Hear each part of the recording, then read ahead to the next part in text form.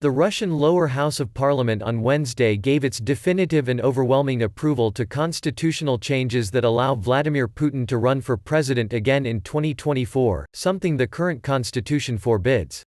The 450-seat State Duma, the lower house of parliament, voted in favor of the changes in a third and final reading by 383 votes.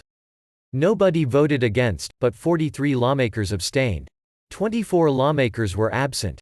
Putin, 67, who has dominated the Russian political landscape for 2 decades as either president or prime minister, opened the door to the constitutional changes a day earlier, making an impromptu appearance in parliament.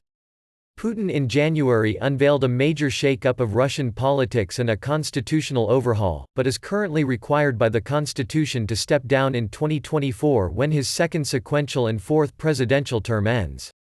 But addressing the State Duma on Tuesday, he gave his qualified blessing to a proposed change to the constitution that would formally reset his presidential term tally to 0.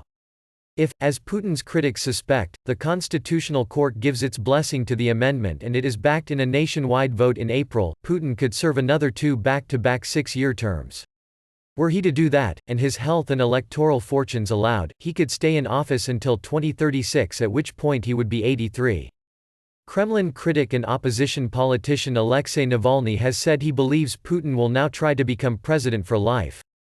Putin has not spelled out what his plans for the future are after 2024, but has said he does not favor the Soviet-era practice of having leaders for life who die in office. The changes backed by the State Duma on Wednesday will now be reviewed by other parts of the Russian legislative branch, including by Russia's upper house of parliament later on Wednesday. No opposition is expected.